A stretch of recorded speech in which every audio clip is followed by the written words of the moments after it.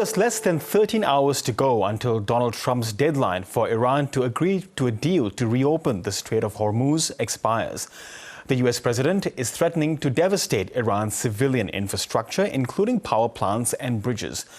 Iran's response so far is to reject a 45-day ceasefire proposal. So are we at a climax in this war? Well, Behnam Ben Taleblu is Senior Director of the Iran Program at the Foundation for Defense of Democracies and joins me now from Washington. Behnam, good to have you with us. Now, we're just getting reports from Iranian media that there possibly have been strikes on Hag Island, a really key oil infrastructure for Iran. If that is the case, how much of an escalation do you think this would be in the context of this war? Great to be back with you again, Girish. It remains to be seen right now. Washington thus far has not confirmed the strike, and the reporting that even third-party outlets have managed to confirm have not mentioned the target yet on Hag Island. You may remember about 2.5, 3 weeks ago, the U.S. first struck Hag Island, but President Trump took to the airways to explicitly say that the oil facilities on that island, where about 80 to 90% of the Islamic Republic's crude oil passes through, was not struck. It was only military facilities there. So if it is America, the question is, what did they strike? And if it isn't America, if it's Israel, if it's another actor, the question is, were they at all timed with this 13-hour window that's left for negotiations over a ceasefire and over the fate of the Strait of Hormuz? Yes, and on that, I wonder, what is your opinion over how Iran is so far handling these threats from Donald Trump to, quote, take out the entire country and destroy bridges and power plants, given that Tehran has rejected a ceasefire? Well, I got to tell you, as a close observer about what's been going on the street in Iran, as well as the Islamic Republic's foreign policy, as well as domestic policy, no one has done a better job of damaging civilian infrastructure and really leading to things like an environmental crisis, brain drain, you name it, in Iran over the past 47 years than the government of the Islamic Republic itself. But make no mistake, such strikes by the U.S. would be unprecedented in the 47-year history of strategic competition between the two. Thus far, the regime is playing it to the edge. It's playing it to the edge in terms of public relations.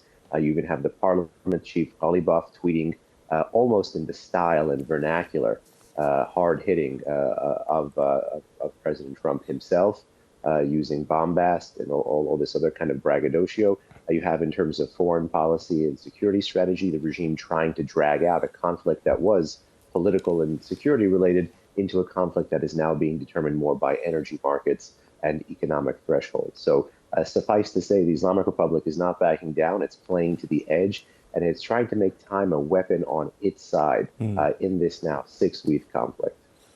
Yes, of course, Ben, we are under 13 hours from that deadline that Trump has put on. So the big question everyone is asking, do you get the sense that Trump will go hard in ordering the strikes that he's promised?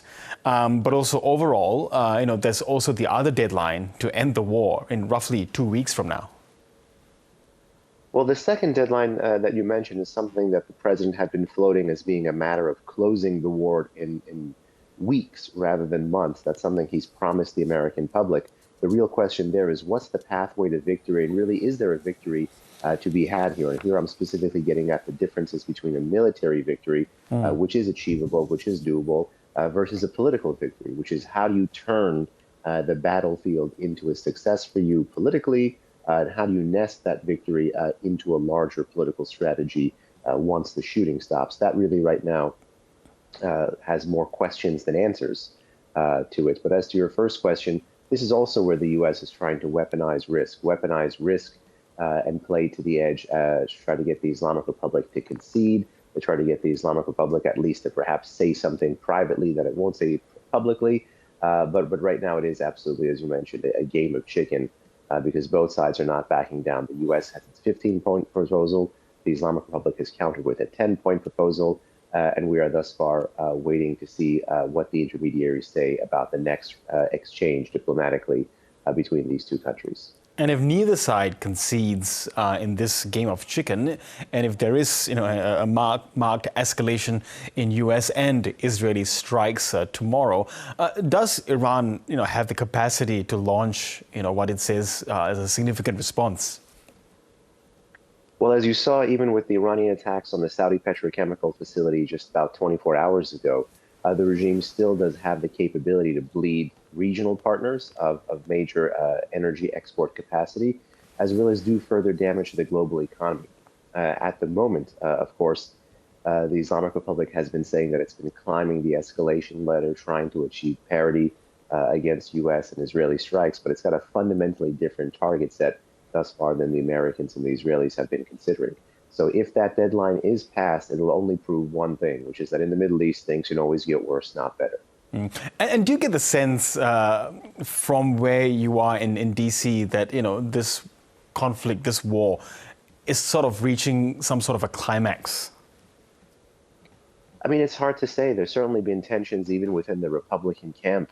As you know, MAGA itself has an isolationist wing, and MAGA has an internationalist wing as well. And there's different ways to view, what Donald Trump is pursuing here. But I would say, make no mistake, I think a large majority of Iranians understand that a large majority of Americans understand that the Islamic Republic is indeed a strategic threat, and that does give President Trump a bit more runway than is popularly perceived, be it at the polls over this issue, or be it over really just spending more time to defang the Islamic Republic of its long-range, strike capabilities and ability to project power abroad. So suffice to say, despite this issue being kaleidoscopic and fractious in U.S. domestic politics, it nonetheless does have a few consistent through lines running across it. And the president has really, with his public speeches and posts on Truth Social, been trying to amplify those larger points of consensus. So the standoff ensues as we speak, Behnam. What does it then tell us about mediation efforts, particularly by Pakistan, Egypt, and Turkey? Because Iran has thus far refused demands or is quite stubborn against what Trump is trying to be able to do. Well, mediation efforts have been interesting to watch because there's always been a constellation of actors that have tried to nest their own bilateral issues, be they bilateral issues with Iran or bilateral issues with America, into a larger mediation effort. And given the failure of Oman and some of the other Gulf Cooperation Council countries to try to play this role of bilateral mediator, it's been nonetheless, at least diplomatically and politically interesting to see the region widen the aperture, to have Turkey, Egypt, and perhaps most importantly and acutely now, Pakistan now try to step into the fray. If these countries are successful, I have no doubt that they'll weaponize it in their bilateral relations with America or with Iran for some kind of a political or strategic advantage. But suffice to say, some of them sense an opportunity, and they may be pushing more for some kind of an agreement than the political will and political room for maneuver in both capitals like Tehran and Washington at this point in time, in my view, may allow. Okay, Behnam Ben Taleblu, really appreciate your insights there from Washington. Thank you so much. Thank you.